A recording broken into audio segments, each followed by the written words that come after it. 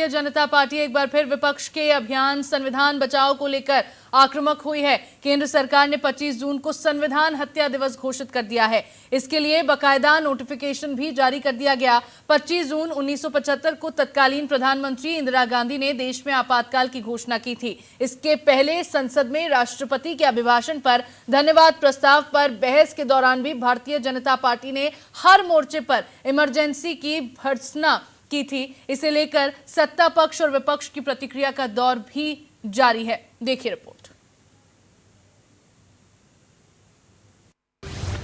20 जून 1975 को आजाद भारत में लगा इमरजेंसी। बेड़ियों में जकड़कर विपक्ष प्रेस की आजादी पर लगाया लगाम। उस समय की मौजूदा प्रधानमंत्री इंदिरा गांधी ने बनाई सिस्टम। कितने बच्चे करेंगे पैदा, क्या बोलने की रहेगी आजादी। इमरजेंसी के समय कुछ विपक्षी नेता फरार तो कुछ कैद। 25 जून 1975 को आजाद भारत के इतिहास का सबसे काला दिन कहा जाए तो गलत नहीं होगा।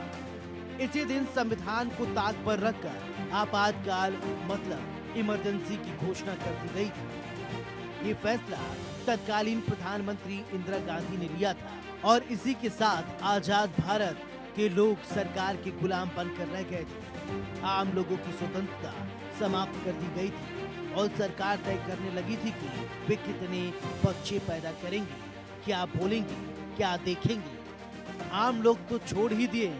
21 महीने तक विपक्ष के सभी नेता या तो जेल में बंद कर दिए गए थे या फिर वो फरार हो गए थे। इंदिरा गांधी इमरजेंसी लगाकर बहुत ज्यादा ताकतवर हो चुकी थी। संसद, अदालत, मीडिया, किसी में उनके खिलाफ बोलने की ताकत नहीं थी। केंद्र सरकार ने किया बड़ा ऐलान। 25 जून को मनाया जाएगा संविधान का हत्या दिवस। इसी दिन मौजूदा प्रधानमंत्री इंदिरा गांधी ने लगाई थी इमरजेंसी। केंद्र सरकार ने 25 जून को हर साल संविधान हत्या दिवस के तौर पर मनाने का ऐलान किया है। इसे लेकर केंद्र सरकार की ओर से 25 जुलाई को नोटिफिकेशन जारी हुआ। नोटिफिकेशन में कहा गया कि 25 जून 1975 को आपातकाल की घोषणा की गई थी। इसके बाद उस समय की सरकार की ओर से सत्ता का घोर दुरुपयोग किया गया था और भारत के लोगों पर ज्यादतियां और अत्याचार किए गए, जबकि भारत के लोगों को भारत के संविधान और भारत के मजबूत लोकतंत्र पर दृढ़ विश्वास है। इसलिए भारत सरकार ने आपातकाल की अवधि के दौरान सत्ता के घोर दुरुपयोग का सामना और संघर्ष करने वाले सभी लोगों को श्रद्धांजलि देने के लिए 25 जून को संविधान हत्या दिवस के रूप में मनाने का फैसला लिया है। 25 जून लोकतंत्र की हत्या का दिन है और भारतीय जनता पार्टी और भी समाज के बहुत प्रबुद्ध वर्ग इसको जो है कला दिवस के रूप में मनाते रहे हैं। और अब सरकार ने निर्णय ले लिया है कि ये प्रत्येक वर्ष इसको जो है लोकतंत्र की हत्या दिवस के रूप में हम लोग मनाएंगे, क्योंकि उस समय लोकतंत्र सेनानियों पर बहुत अत्याचार किया गया इंदिरा गांधी जी के नेतृत्व में। वहीं संविधान हत्या दिवस मनाने के ऐलान के बाद इंडिया गठबंधन के नेताओं का क्या कुछ कहना है, सुनिए। देखिए, जब मेयर का चुनाव हुआ चंडीगढ़ में, खुलेआम भारतीय जनता पार्टी को जिताने के लिए अधिकारी जो कुछ भी करते नजर आए कैमरे पे, उस पूरे देश ने देखा, दुनिया ने देखा। माननीय सुप्रीम कोर्ट ने उस पर हस्तक्षेप किया, फैसला आया। ये लोकतंत्र की हत्या थी। आज विपक्ष के नेताओं को जेल भेजा जा रहा है। आदरणीय अरविंद केजरीवाल जी, हेमंत सोरेन जी, समाजवादी पार्टी के सैकड़ों नेता, विपक्ष के सैकड़ों नेता, उनको जेल भेजा जा रहा है। आज मीडिया अगर कोई खबर दिखा देती है सरकार के खिलाफ तो उनसे सवाल जवाब होता है, मुकदमे लिखे जाते हैं, पत्रकारों को जेल भेजा जाता है।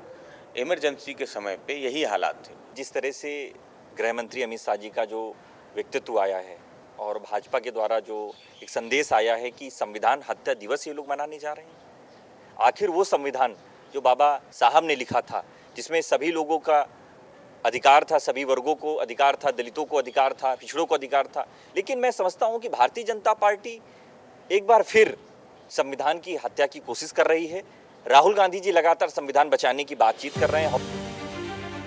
सरकार के फैसले के बाद कांग्रेस नेता जयराम रमेश ने सोशल मीडिया एक्स पर पोस्ट कर केंद्र सरकार को घेरा और लिखा, नॉन बायोलॉजिकल प्रधानमंत्री एक बार फिर हिपोक्रेसी से भरी एक हेडलाइन बनाने की कोशिश कर रहे हैं। लेकिन भारत के लोगों में 4 जून 2024 जिसे इतिहास में मोदी मुक्त दिवस के नाम से जाना जाएगा, इस दिन मिले निर्णायक व्यक्तिगत राजनीति और नैतिक हार से पहले उन्होंने 10 सालों तक अघोषित आपातकाल लगा रखा था। इस पर बीजेपी यूपी सरकार के उच्च शिक्षा मंत्री योगेंद्र उपाध्याय को सुनिए।